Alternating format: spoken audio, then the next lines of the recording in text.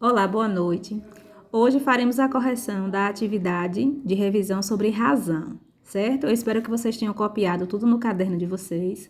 E aí vão assistindo o vídeo com calma, pausando e tirando alguma dúvida. Na última aula, eu passei para vocês a revisão sobre razão e especifiquei que razão é uma divisão entre dois números. E aqui nós temos na letra A, ó, encontre a razão entre os números abaixo. O que é que nós temos na letra A? O número 5 e o número 10. Então, a gente primeiro arma, né, a razão, 5 sobre 10. Só que a razão é a forma irredutível dessa fração aqui. Quanto mais eu puder diminuir o numerador e o denominador, eu tenho que fazer isso. Então, eu tenho que verificar qual é o número que eu posso dividir 5 e 10 ao mesmo tempo. E só relembrando, o 1 divide todos os números, mas o 1 não vai mudar o resultado. Então, tem que ser um divisor comum, diferente de 1. Então, eu posso dividir aqui, ó, por 5. Vou dividir o 5 por 5 e o 10 também por 5. 5 dividido por 5 dá 1. 10 dividido por 5 dá 2. Então, a razão é 1 para 2, ou 1 meio. Na letra B, eu tenho 3 e 6. Qual é a razão? 3 em cima, 6 embaixo. Só que aqui ela não está irredutível, eu tenho que reduzir. Existe um divisor comum, além do 1, que eu posso dividir o 3 e o 6 ao mesmo tempo, que é quem? O 3. Eu não posso dividir o 3 por um número e o 6 por outro, tem que ser pelo mesmo número. Então, 3 dividido por 3 dá 1, 6 dividido por 3 dá 2. Então, coincidentemente, nós temos novamente a razão 1 sobre 2. Na letra C, nós temos 3 e 9. 3 sobre 9. 3 e 9 eu posso dividir por 3. 3 dividido por 3 dá 1. 9 dividido por 3 dá 3. Então, a minha razão é 1 sobre 3. Na letra D, eu tenho 5 e 25. 5 em cima, 25 embaixo. Só que existe um número que eu posso dividir. Um número que é divisor comum de 5 e de 25, que é quem? O 5. Então, 5 dividido por 5 dá 1. 25 dividido por 5 dá 5. Então, a razão aqui é 1 sobre 5. Aqui nós temos 7 e 21. 7 em cima, 21 embaixo. E o 7 é um divisor comum de 7 e 21. Então, 7 eu posso dividir por 7, que dá 1. 21 por 7, que dá 3. Então, nós temos aqui 1/3.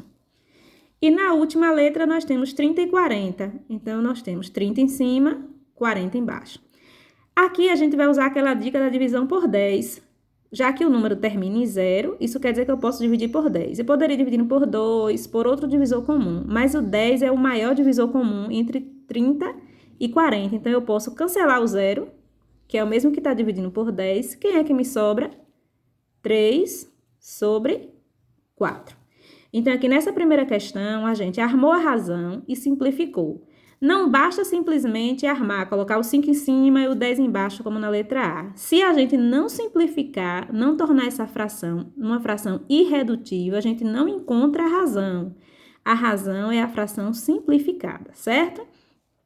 E aí, nós revisamos também os termos da razão. A razão tem o antecedente e o consequente. O antecedente é que vem depois. E isso vai ajudar vocês na hora de armar problemas envolvendo razão. Porque tem que saber quem é que vai ficar no numerador, quem é que vai ficar no denominador.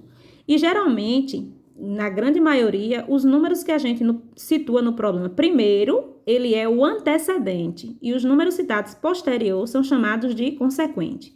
Aqui a impressão ficou um pouco ruim, mas vocês receberam a atividade no celular, dá para ler.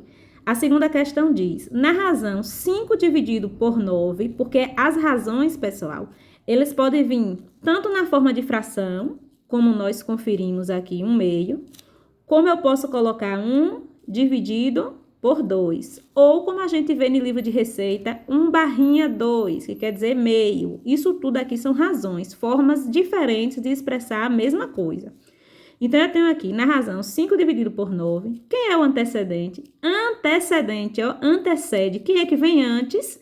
O 5. Moleza. 5 é o antecedente. E o consequente, quem é que vem depois aqui? O 9. Então, só para a gente revisar, se eu pegar aqui a letra C, quem é o antecedente? O 3. Quem é o consequente? O 9.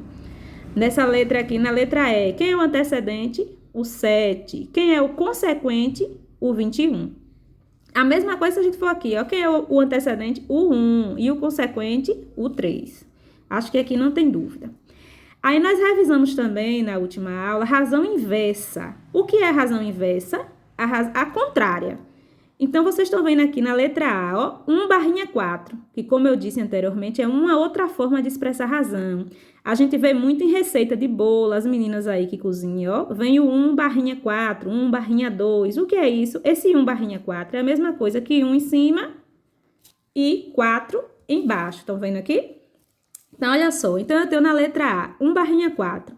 Qual é a razão inversa? A inversa, o antecedente vira consequente e o consequente vira antecedente. Ou seja, se 1 está em cima, ele vai ficar embaixo. Se o 4 está embaixo, ele vai ficar em cima. Então, a razão inversa de 1/4 é 4 sobre 1.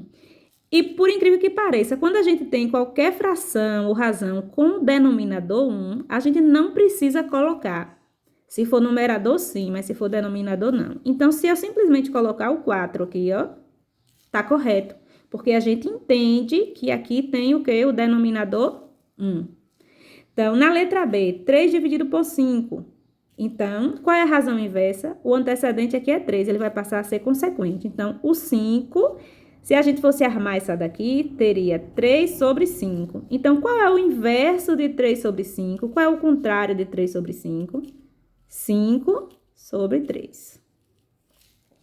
E aqui nós temos 15 dividido por 7, que é a mesma coisa que 15 sobre 7. Qual é o inverso de 15 sobre 7? 7 sobre 15.